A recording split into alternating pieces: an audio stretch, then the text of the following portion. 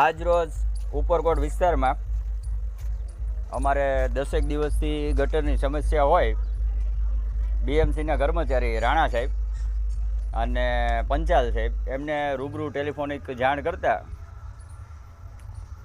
બીએમસીની કક્ષાએથી 2 મજૂરને મોકલાવેલા આવેલા 1 કલાકથી મથામણ કરે છે. તમે જોઈ શકો છો છેલ્લા 10 દિવસથી પ્રોબ્લેમ છે.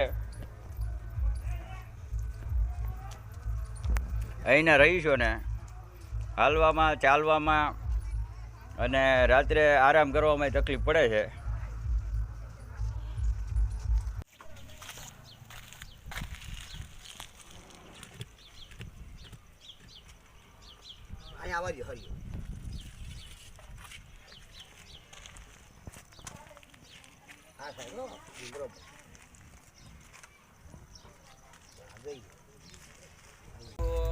ઉપરકોટ વિસ્તાર છે.